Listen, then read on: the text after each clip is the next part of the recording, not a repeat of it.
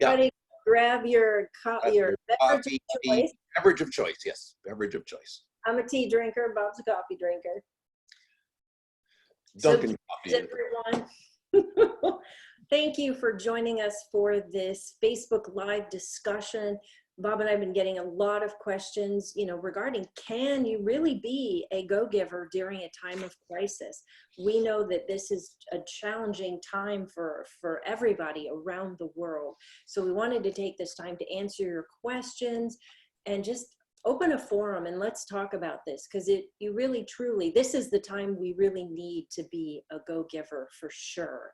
So I want to first introduce the amazing Bob Burg. I've had the honor of working with him for over 11 years now, coming on 12, I think. Bob is the international best-selling co-author of The Go-Giver, The Go-Giver Leader, The Go-Giver Influencer, Go-Giver Sells More, and also Endless Referrals and Adversaries into Allies. He's written over 10 books, sold many millions of copies of those books. So welcome, Bob. We're so thrilled for you to share your wisdom with us today. Thank you, Kathy. It's so great to be with you. So great to be with everybody. And yeah, it's a difficult time, and I think we have seen, throughout this entire experience, if you will, we've seen sort of the worst and the best of human nature. And it's really a study, though, when you think about it, not surprising based on what we've seen from other difficult experiences about how people react and respond to certain situations. And I think it's really interesting that when this thing first really hit, you had that panic mode that people went into, right? And I think a lot of that was fueled by, I think, the media we know sells copies and gets eyeballs by creating panic. And I don't think they do it on purpose, but it's what sells, and it sort of, ends up being a thing. And so what happened was the more pictures people saw of stores without toilet paper on the shelves, the more people rushed to the stores to get all the toilet paper and the paper towels and the toothpaste and the mouthwash and the whatever. And it became a self-fulfilling prophecy. And it brought out not the best in human nature. But then, as usually happens, and it usually does, people got hold of themselves.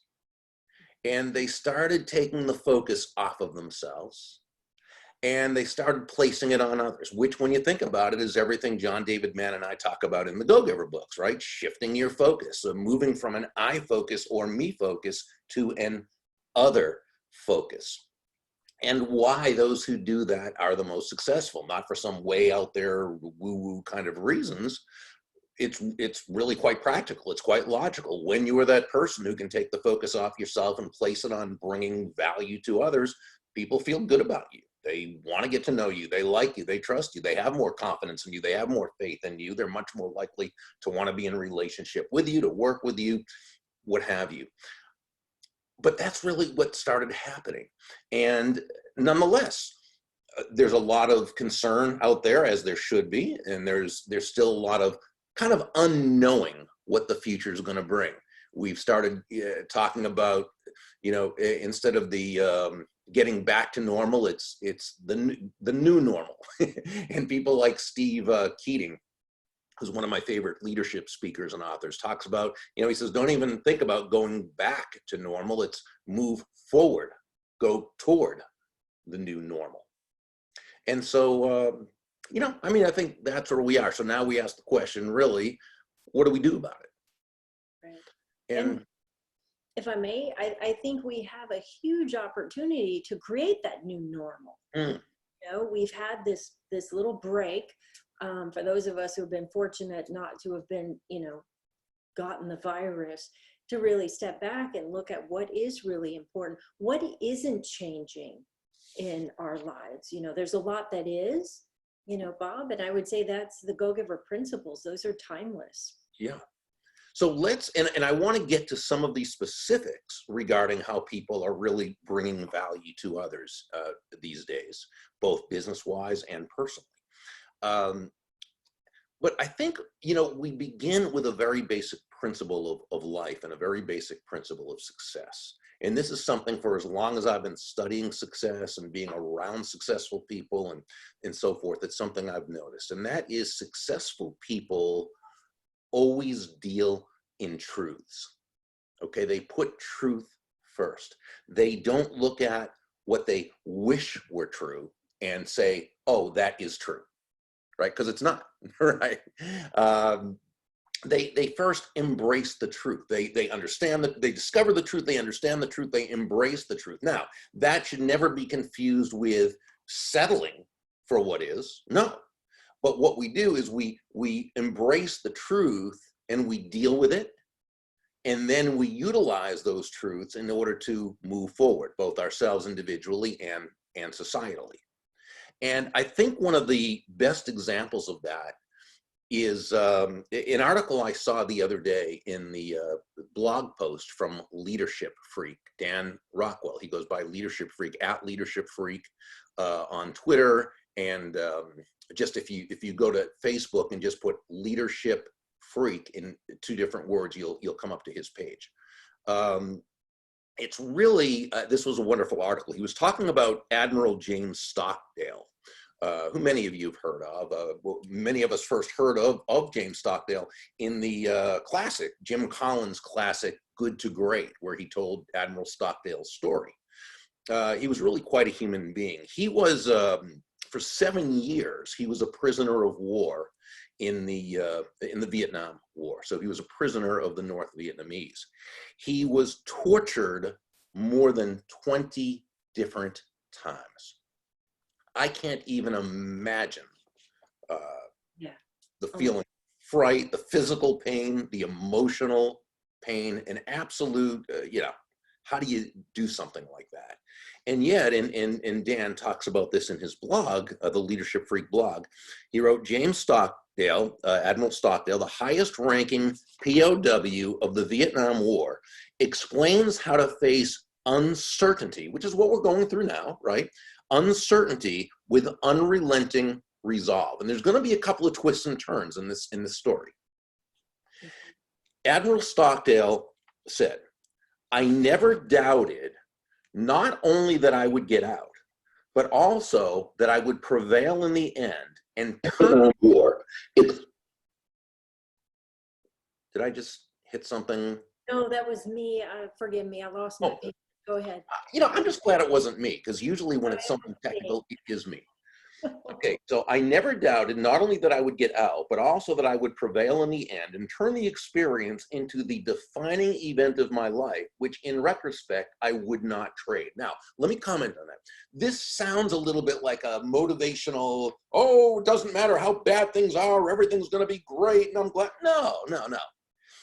When things are going, now, usually things do work out well, as they're supposed to, and many times years later, after something horrendous happens, we look back on it, we are glad because it did shape us. But no, when we're going through something, it stinks. It's lousy, it's terrible, it's horrible. So that's not the issue. And he's not, that isn't what he's saying, that it was, something he was enjoying at the time, not at all. But coming back afterwards, he looked back at it and saw that as a real positive. Now, Jim Collins then asked Admiral Stockdale, who didn't make it out? Who didn't make it out? Stockdale replied, oh, that's easy, the optimists. Now, this is sort of counterintuitive, right? Because we think the optimists, well, so before I read the rest of it, what I'm gonna suggest is, I don't think optimist is actually the right word that Admiral Stockdale used. I think, but let's go on and let's see why I say that, and let's take a look. He said, the optimists were the ones who said, we're going to be out by Christmas, and Christmas would come and Christmas would go. Then they'd say, we're going to be out by Easter, and Easter would come and Easter would go. And then Thanksgiving, and then it would be Christmas again. And they died of a broken heart. Okay. Stockdale said, and I think this is one of the most amazing things I've ever heard. You must never confuse faith that you will prevail in the end which you can never afford to lose, he wrote, with the discipline to confront the most brutal facts of your current reality, whatever they may be. In other words, deal in truth, right? Stockdale told his fellow POWs, we're not getting out by Christmas, deal with it. Now, let me go back a second to the word optimist. I don't think he meant optimist. See, to me, what Admiral Stockdale was an optimist. He had faith he would get out, he'd be fine, but he dealt with his current reality. To me, that's an optimist. I think what he meant is a dreamer, that's not even a good word, pie in the sky, oh, I want it to happen this bad, so it's gonna happen. That's not how it works. I don't care how many times you pop in The Secret and so forth, just wishing something to happen, it doesn't mean it's gonna happen. And when you don't have control of the situation, as they didn't, there's a lot that, you just can't control, just like we can't control a lot of what's going on now. But I thought what Admiral Stockdale said was absolutely brilliant. He's dealing in truths. He's dealing with the truth. He's not denying it, but he's saying we don't have to let that control us. And you and I are both huge fans of Michael Singer. Of Michael Singer, and I just want to get a piece of paper over here. Yeah, and so one of the things that that I'm doing, because I think this is so important, and again, we're just kind of going through this before we get to where we're going to talk about some of the how-tos that people are doing. One of the things we can control, because remember, our current reality is there are things we can't control. We just can't. But there's a lot we can control. One of the things we can control is our attitude. It's the things we can do to not only keep ourselves sane, but to actually grow during this time. Now, the other thing is what we can do for others, which we're going to get to in a moment. But first, so one of the things I'm doing is keeping myself motivated, keeping myself up. We get just watch the news. If you're going to do that, you're going to get all the garbage in. Go on Twitter, you're going to get the garbage. That's going to come at you anyway. So we have to constantly be searching for the good to put into our minds. So I've personally been reading and re-listening to one of the books on tape, Michael Singer's The Untethered Soul and the Surrender Experiment. By the way, when he says surrender, he's not saying give up. He's saying understand that there are outside circumstances you can't control, but there's your inside that you can, okay? But we have to still surrender to what is outside, because that again, that we have a virus going on, nothing we can do about that. We're not allowed to do certain things. That's how that is. So, those are, now you and I we're watching, you sent me a link to a great interview he did. And, and I watched that this morning. And one of the things, I think you're putting that in the just did discussion. Yeah. And I mean, my gosh, if you get a chance, this will be one of the best 30 minutes you've ever watched in your life. I hope you get his book. I mean, his books are just amazing. But this video is just, and he really talked about that outside and inside. And it just gave me so much strength this morning. And it's funny because it's not like he says different things as much as he says it in a different way. And it's just like, wow, I can't, but it was great. But also I'm continuing to read Randy Gage's prosperity blog, right? And listen to his podcast and watch his prosperity TV. I'm reading, David Nagel's blog and David Nagel's book, Millions Within. And Randy, of course, has all these great books. Some friends of mine on LinkedIn that I go to for positive motivation every day because I want to see it. My great friend, April Sprintz. She was a wonderful salesperson, sales leader, sales champion. She was also in the service, the armed forces for a number of years. And I mean, check her out on LinkedIn. I mean, it's always a really positive, uplifting message. I'm wanting her to write a book soon, and I hope she does, because it's going to be amazing when she does. There's a woman by the name of Shanae Moray, always has something really positive and uplifting. She's over on LinkedIn as well. So, again, so my suggestion is find those, there's so many videos out there and so many, so really make sure that you're taking this time that you have to build yourself on the inside, keep yourself up. And by the way, when you begin to at times feel frustrated, feel depressed, feel down, don't feel bad about that. Okay, because first, it's very normal, it's very human, we all struggle with it. But then if you feel bad about feeling bad, that's a meta state. Okay, it's the state above the state. Okay, so okay, I feel bad right now. Oh, but I shouldn't feel bad. I feel awful about feeling bad. And then you feel guilty about feeling awful about feeling bad. And then you get angry at yourself for feeling guilty for feeling awful about feeling bad, and and it grows. So when you feel yourself getting into a funk like that, which again, very natural, just go to one of those inspirational sources that you can go to. And plus, write down those things you're grateful about, such as that you have a home that you're able to be in, that's keeping you warm or keeping you cool. A lot of people, unfortunately, don't have that advantage, or that you have internet, that you have, and so forth. So those are just some of the things in that regard, Kathy, that we can do. Any thoughts? No, those are so powerful, what you're sharing. And it's just critical that we tend, as like Michael Singer and everyone else, we tend to our inner life and make sure that stays clear and present so that we can handle what's going out in the outside world. Because it's, as you said, it's not pretty right now, right? Yeah. And let's talk about some specific examples of how we can do that, how we can keep our attitude constructive.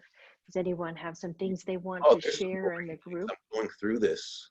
Yes, and a lot of great stuff. Wow. Hi, Cherry Schwartz. Nice to see you. Welcome. Our pleasure. Yeah. Hi, David. Laura says resiliency starts with acceptance and awareness. Yeah, absolutely. Oh, there's Barbara Moss Abramson waving from Nashville, probably holding her new grandchild as she's typing.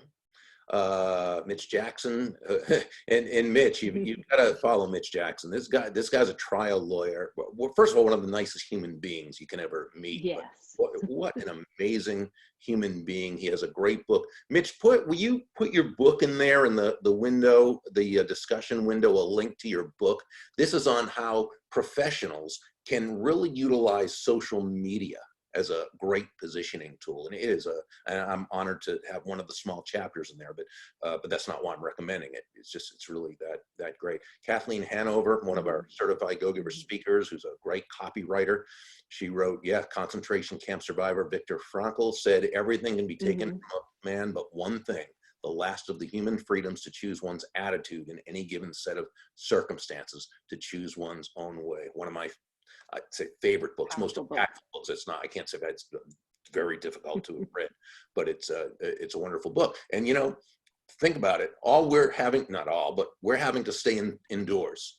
What he and the others had to go through, and again, what a lot of people today all over the world are having to go through, is much worse than what we have it. And I don't want to be morbid, but I'm saying sometimes when we think about it, could be a lot worse. And that sometimes is the way. Definitely. Think about the people who've been devastated by the tornadoes, or when we've had hurricanes run through. So there's a lot, and how, as we had said in the email that we had sent out this week, crisis in Greek means choice.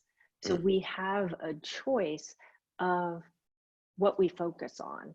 And, I think that hits it right on the head, because our focus is going to go somewhere. The question is, are we going to direct that focus? Or is the focus just going to come to us? Isaiah O'Connor mentioned some very tough things happening. What's been helping him get through this is giving others hope. And again, we're going to get to that, and that is so key. Mike Robbins, his new book is almost out. Ironically, it's called "We're All in This Together," which is sort of a battle cry you've all been hearing, right? Mike, awesome. Mike's an interesting story, because he was a former minor league baseball pitcher, and injury kept him from getting to the big leagues. But he is an amazing author. I've had him on my podcast when I had it a couple of times. And anything he puts out is always so filled with wisdom that it's just a joy. So thank you, Mike. Amit, I like this. Amit says that he and his wife check in. Oh, I just saw it. Daily check-ins with my wife to ask each other at every meal together, what is something that was great so far today? Yes. What can we appreciate? What are we grateful for? I think that is so, even though out there it's tough, there's still so many things, the people in our lives, even if, can't go visit my mom and, dad right now, trying to stay in touch. Thank goodness for Zoom. We can I know. Yeah. Yeah, so lots of great stuff. So thank you all for sharing. Okay, Renata bought some cards from artists sent to people. That's wonderful. Yeah, you're helping both people. That's right. John Morris, send a card to someone, they'll feel great receiving it, and you'll feel great sending it. Julie Larson, yeah, exactly. The Serenity Prayer. Molly Marty, Dr. Molly Marty, who again, she just has done so many amazing things. Both a doctor and a lawyer. She's pretty amazing. Her nonprofit Resilience Institute opened up the virtual Thrive Coffee House with days dedicated to resilience tools, guest experts, and self-care practices. So check out her link. It looks great. And did you mention Lynn? She says, I've been sending family fun virtual activities to my clients who have kiddos, adding value in a very personal way. That's wonderful, Lynn. Yeah, that's awesome. Good for you guys. Okay, let's move on. And I hate to do this because there's so many great things. Yeah, we'll come back. But we'll go. Yeah, absolutely, absolutely. Yeah. So Bob, how about the question about can we sell during this time? Yeah, so that's been a great question, and here's why. There's been various stages of this. When this thing first hit, okay, and again, people were in survival mode. First of all, the idea of, for most people in business actively selling, it was kind of a non-starter. There was nothing to sell because there was no one to buy. But I think the question, because the question has still persisted throughout this, even though we've moved further along in the situation, is it okay to sell? And so think about that. When asking the question, is it okay to sell? What do we mean by sell? Because when we ask that question, it's like, well, selling, I mean, is that a bad thing, right? Isn't it, not appropriate to sell while everyone's, strong? Well, it depends. I go to my local grocery store, Publix, a couple times a week. I'm glad they're selling. They're not giving the food away for free, or they're not giving the paper towels and the toilet paper and the paper plates and all. They're not giving them, they're selling them. And I'm glad, right? So we don't want them to not sell. I get little Calvin's cat food at a specialty pet food place. Nothing but the best for my little boy, and I'm glad they're open. And it's funny because the other day when I was in, he said, "Well, thank you," and I said, "Are you kidding? Thank you." So he's not giving me the food; he's selling it, and he should be. He should be making a profit from it because he's giving me something I want very badly, my cat's food. So no, obviously not. Now, I think the main question is, so it's not a matter so much as, is it appropriate in terms of is selling a good thing or a bad thing? Remember, selling is simply discovering what the other person wants, needs, or desires and helping them to get it. If they don't want, need, or desire anything, then it's nothing to sell. So it all goes into what kind of work you do. Is really what I'm saying. For some, no, it's not something that's going to happen right now. But we also want to talk about how to, and we'll talk about next, how to bring value anyway, even if that's not the case. But for other people, it's totally appropriate to sell because you've got people who may want what you have or may need it or what have you. So I think you have to kind of look at what the situation is. But yeah, I mean, because there is a crisis going on, that doesn't mean that selling, it gets relegated back to something you shouldn't do. You should do it when it's appropriate. So that's kind of where I go with that.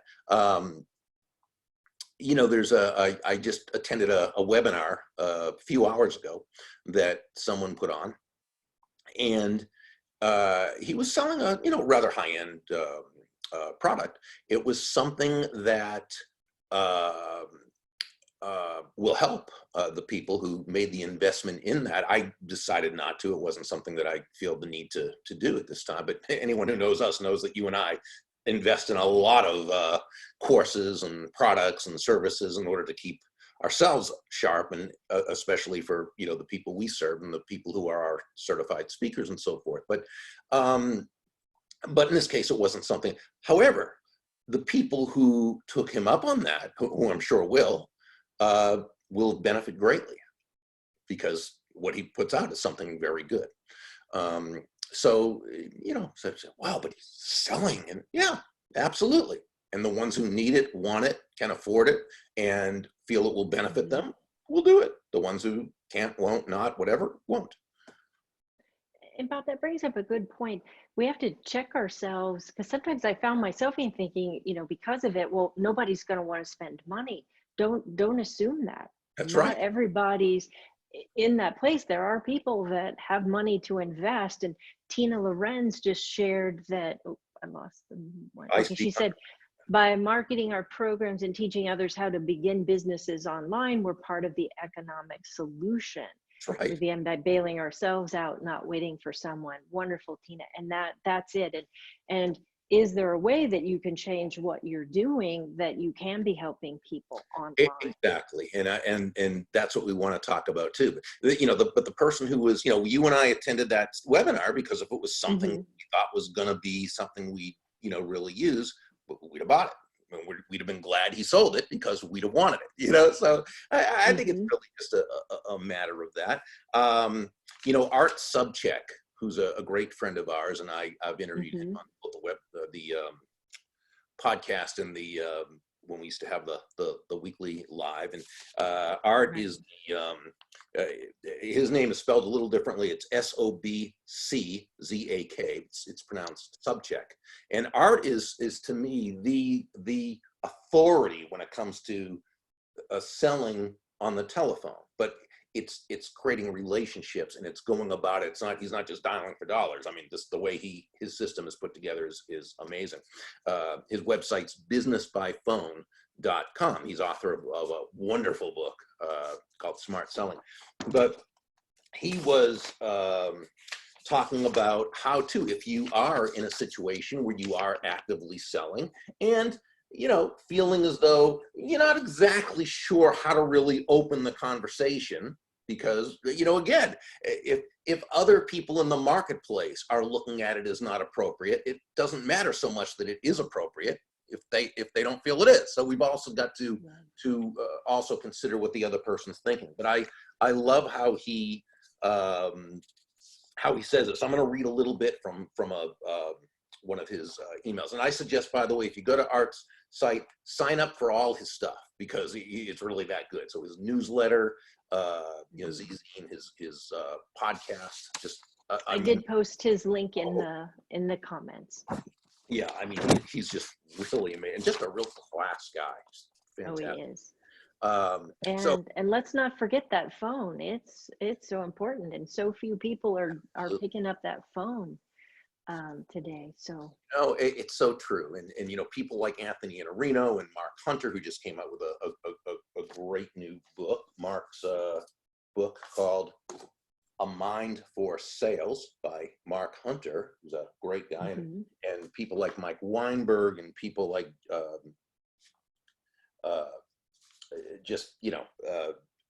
they'll say, get on that phone, make your calls. And absolutely, now it's not just dialing for dollars. You research first who you're calling, you make sure you know about them, you know what you can, but you do it in the professional way. But that phone is even more valuable today than it ever was. And I originally built my business by getting on the phone and being on the phone a whole lot. It works. It's never stopped working. right. So go ahead. Sorry. I'm sorry. No, I was just some examples that came to mind of people that have shifted, like a florist who people may not be necessarily wanting flowers, but they want to touch people. because they can't go see them. So the florist in Orlando is offering free delivery, which I thought was quite amazing. Our local car repair place, they will come and get your car for you, so you don't even have to go in. So there's a lot of things we could look at of how we could do things a little differently. I love it. Let me go through a little bit of just art, and then I'm going to talk about how some people are really bringing value to others in a way that, while it's not directly selling, they are positioning themselves for great success. And remember, the efforts you take on now are going to pay off later, because you're going to be hitting the ground running once this thing is over and things are forward to the new normal instead of back to the normal, whatever. Forward to the new normal. So here's one of the openings that art uses. And again, it depends what you do in your style, your personality. Hi, Mike. Pat Seller with Info Services. And he says, first, I know it might seem unusual to be getting a call from someone right now talking about blank, but actually what we're seeing in business in the blank industry, the other person's industry, preparing for. And so, for example, I know it might seem unusual to be getting a call from someone right now talking about getting more store traffic when they aren't even open. But actually what we're seeing is that the really forward-thinking boutiques are preparing for when things loosen up. People can finally get out of the house, and how they will be one of the first places people want to go. Okay, so what he's doing is he's just painting the picture that, you know, if you're looking to be ready when things are ready, you want to be the one hitting the ground running. People are already thinking of you. Another path might be, after introducing yourself and your company, saying, in speaking with other, their title type of company, I'm hearing two distinct paths that are being taken. Some are completely suspending looking at anything until all this blows over, or they're positioning themselves to hit the ground running as it relates to their opportunity to, you know, again, be in a good position to handle what will likely be a sudden demand, or quickly mobilize on the new niches that will be created in your industry, and so forth. And then he just continues with, you know, if you're in that second group, we have some information available that could help you to boom, and then the benefit. So you know, that's just a couple of ways that you can segue into it and get past a little bit of the reticence you might feel, some of the discomfort you might feel. And then as you start getting used to it and seeing that some people are really happy to hear from you, now, you know, you're at a position where it becomes very comfortable and very natural. Go ahead, Kathy. So do we want to move to the next? How do the 5 laws work during this time? Yeah, well, you know, you look at the first law, which is what, give more in value than you take in payment, which, as you know, is not about a discount or selling on the cheap or not making a profit. Of course not. When we talk about give more in value than we take in payment, we're talking about creating such a wonderful, unique, fantastic buying experience that regardless of the price, that person comes away feeling fantastic about it, while you make a very healthy profit. Now, in this case, though, let's look at it a little differently. Let's look at how we can just focus right now on bringing immense value to others, even if it's not just about business or business related. There's a woman by the name of Susan Ford Lawson. I've become a huge fan of hers. This is really someone who just came up with something totally from the heart and has now turned it into a big movement. And she's, by the way, gained a real acclaim for it, even though that wasn't her idea. But Susan is an executive with AT&T, pretty big company. And so one day she's just checking back in with some clients and so forth. Again, just touching base with them and letting them know she's thinking about them and letting them know she cares, which is so very important. And she comes across, as I understand the story, although with me, sometimes I get some of the things mixed up a little bit, but this is pretty much on the mark. One of the people she was talking to was a mom who had her kids home, so she's having a home school, and she's got a little child, a little toddler. And so Susan could tell she was stressed, right? A little stressed. And she asked, would you like me to read a story to her? So now Susan already looks a little bit like Elsa from the, oh, why do I keep forgetting that? The ice, something called Frozen, from Frozen. Frozen. Okay. Yeah, I haven't seen the movie. I still haven't seen E.T., so I'm a little behind in my movie. We won't hold that against you. Yeah. But so for Elsa from Frozen, so she puts on some like a costume, and she reads some stories to the child, right? Well, this just went over great. So she made herself available to do that for others, both her clients and non-clients. And all of a sudden, she starts doing a thing now where every few days she has set up an actual Facebook page for it, where she dresses up as Elsa. Sometimes she brings on other characters and is reading children's stories. Now, again, does this add value to others? Absolutely it does. Does this really position her as someone who is not just all business, but is a human being, is a person? Yeah. Kathy, do you happen to have the Facebook page? I did. I put it in there for everybody. Okay. It's called Hello Princess. Hello Princess 2020, I think, yeah. Yeah. And so now this is interesting too. Her friend Scott, either Mink or Minky or Minke, and I apologize for not pronouncing that correctly. Scott's the one that told me about it, only because he just felt what she did was so special. He wanted people to know. You know, what a great guy. And so all this is built, by the way. And again, AT&T called her out in a good way. They gave her a shout out in their look at people who are really doing great things for people. So, you know, again, now let's look at something else too, Kathy. And this was, I was actually talking to a neighbor of mine. And, you know, we were talking about how things are going during this. And he said, well, you know, he said, it's tough for me because I sell, and he sells a kind of it actually doesn't matter what he sells, but it's not something that is a need right now. Okay. When his customers are going through what they're going through, it just isn't. And he said, you know, I can't really make any prospecting calls. They don't want to hear from a salesman right now. And I said, well, what about this? Would they want to hear from you if you had some wonderful value to offer them? And he said, well, I guess so, but I don't know what value I could offer. You know, they're not interested in mine. I said, how about this? They are right now trying to figure out what they're going to do after this thing comes to an end. Greg, he said, that's exactly what they're trying to do. I said, well, you know, my colleague, Dan Burris, who is probably the foremost, we used to call them futurists. I guess you call them business forecasters now. He's a business forecaster. By the way, I've never seen a guy who over the last 30 years that I've known him, this guy has predicted so many things that came true. It's just amazing. But anyway, so Dan, in order to bring value to the people on his list, which is, by the way, massive. I mean, this guy's has been running a series of how to go against the grain, how to go opposite in the face of uncertainty.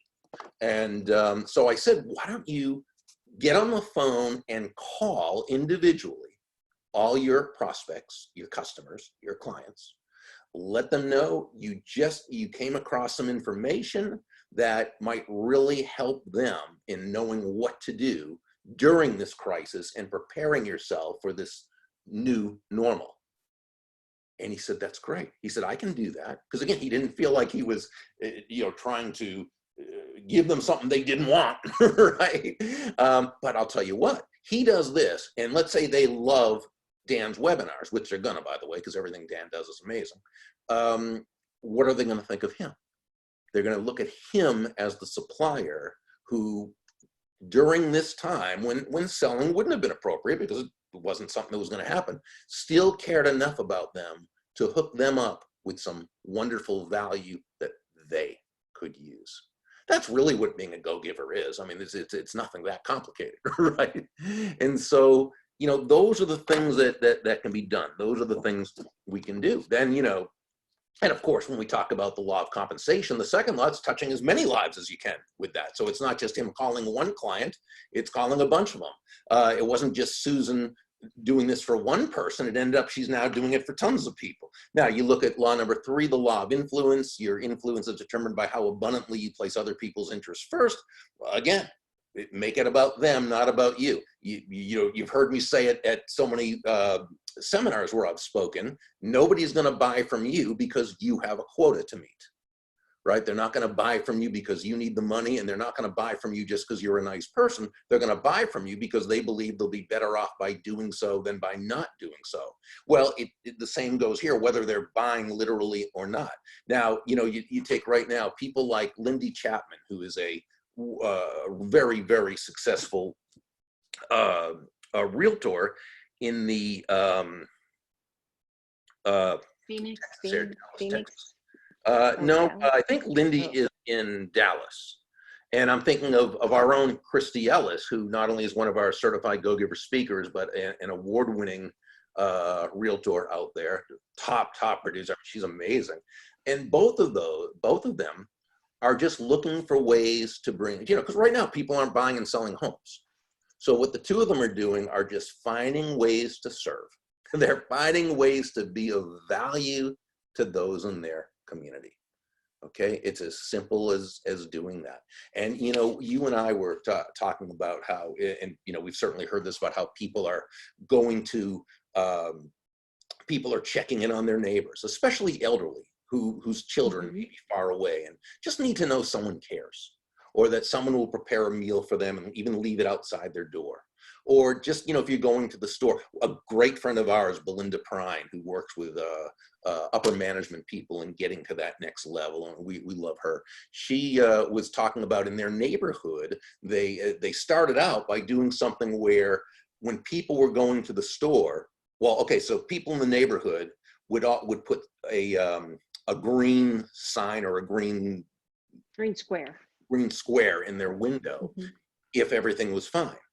But if they had a red square in the window, it meant they either needed help, needed something at the store, had some kind of concern, and people would call. Now what they've done, Belinda says this has caught on and gone to more and more neighborhoods, and now they've set up a whole bunch of online green and red things. So the human mind, and again, human nature tends to live in solutions.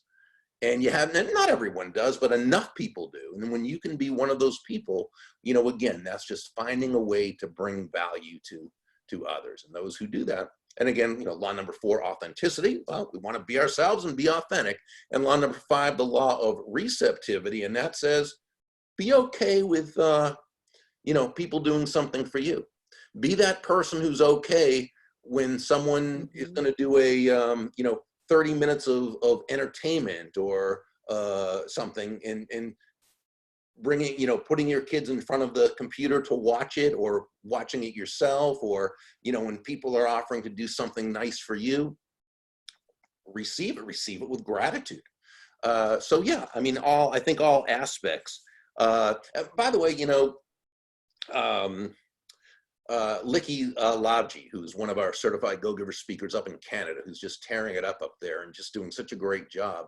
And, he was talking about a client who he has that at this time, what she said, because they were discussing a proposal, he was supposed to come back in, do some business. And of course, everything stopped, right? And he said, you know what? He said, let's just do it virtually. He said, because I was going to do it anyway. Let's just do it and give them some really good information. And she said, well, you know what? That is so nice of you. Let's do that. And then once we're back working again, once we're back in business again, then we'll write you a check.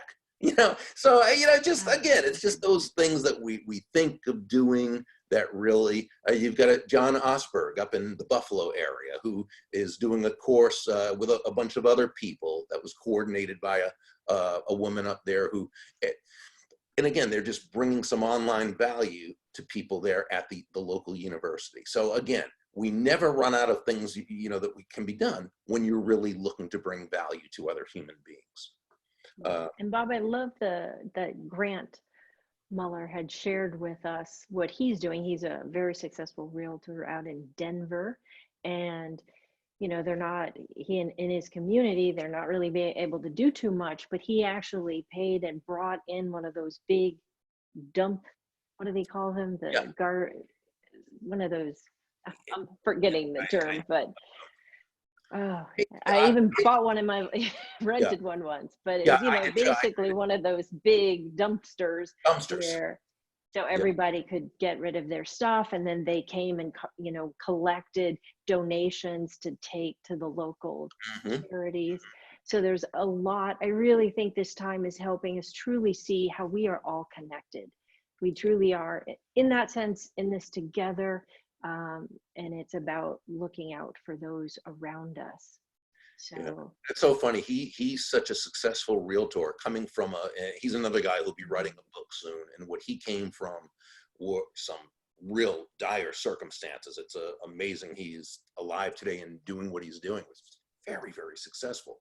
Also one of our certified go-giver speakers, but he is always so just focused on how he can bring value to others. And you look at everything that happens that he has now had the opportunity to receive, and it's just it's pretty formulaic. It works if you find ways to be of value to others, right. and then allow yourself to receive. Yeah.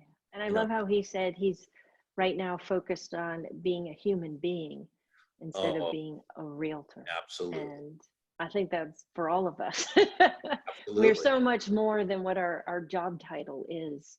And this is an opportunity for us to really live and experience that. We have all of us have a unique contribution to make in this world.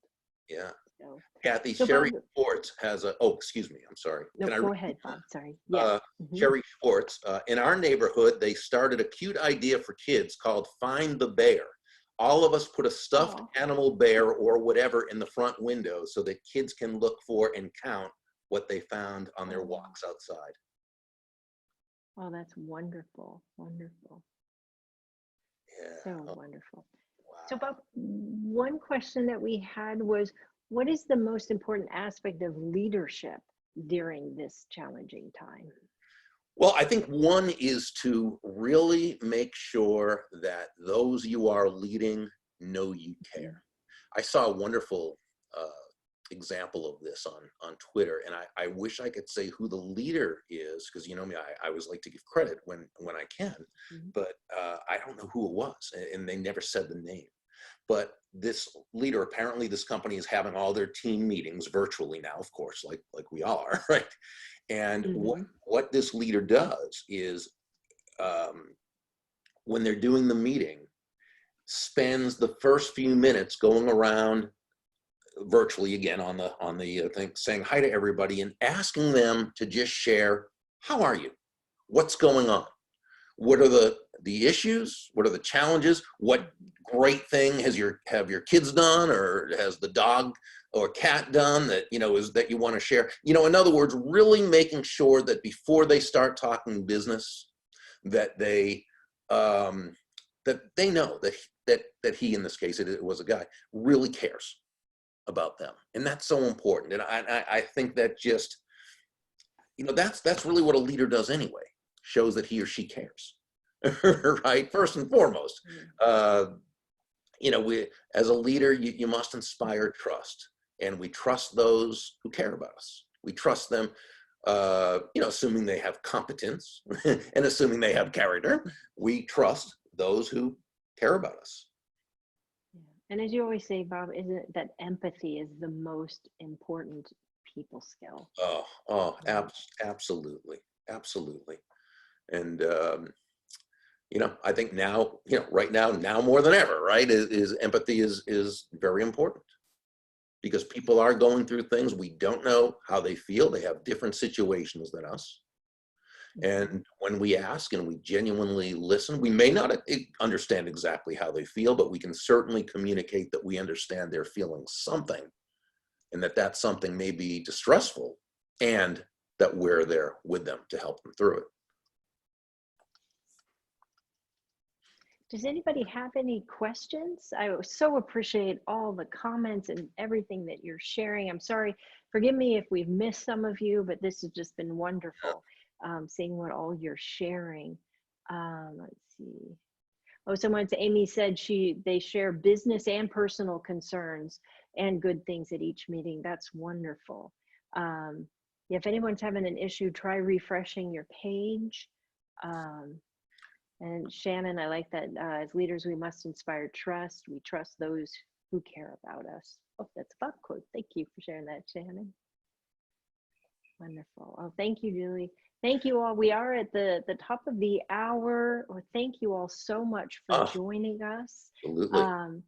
You know, if you want to submit more questions, maybe I can talk Bob into doing this again.